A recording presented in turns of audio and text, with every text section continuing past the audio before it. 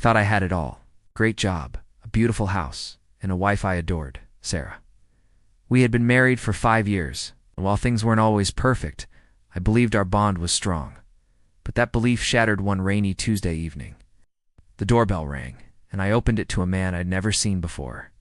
He was tall, looked agitated, and was soaking wet.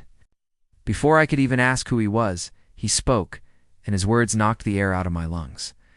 "You need to leave Sarah alone," he said, his voice firm. I was completely baffled. "Excuse me? I think you have the wrong house. Sarah's my wife." He just laughed, a bitter, humorless sound. "I know who you are," he spat.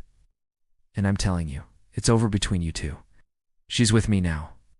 She loves me." It felt like the world had tilted on its axis. My wife, his lover, standing right here on my doorstep, telling me to back off from my own marriage. It was so absurd, it had to be a prank. But the look in his eyes, a strange mix of desperation and arrogance, told me this was horrifyingly real. I let him stand there in the rain for a moment while I tried to process this tidal wave of information. My first instinct was anger, a white-hot rage that made me want to slam the door in his face, or worse. But then, a strange sense of clarity washed over me. This wasn't just about him. This was about Sarah.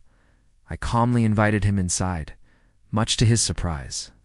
I told him, "If what you're saying is true, then you and I have a lot to talk about, but not like this." We sat in the living room, the one Sarah and I had decorated together, and he told me everything. His name was Mark. He and Sarah had been seeing each other for over a year. He spoke about their dates, the promises she had made him, how she told him she was planning to leave me.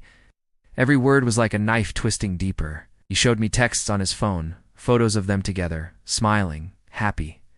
He wasn't just making it up. The proof was undeniable. He was telling me all this because, apparently, Sarah had been trying to cool things off with him lately, and he panicked, thinking she was going back on her promise to be with him. He thought coming to me, the husband, would somehow force her hand. The sheer audacity was mind-boggling. As he talked, my anger subsided and was replaced by a profound sadness. The woman I loved was a stranger. The life I thought I had was a lie. When Sarah came home an hour later, she found both of us sitting in silence in the living room. The color drained from her face. She saw Mark, then me, and she knew. There were no more lies to tell. The confrontation that followed was painful, full of tears and accusations, but it was necessary. In the end, Mark's desperate act did force a decision, just not the one he expected.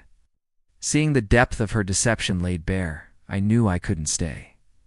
It wasn't about him winning or me losing. It was about my own self-respect. I told Sarah it was over.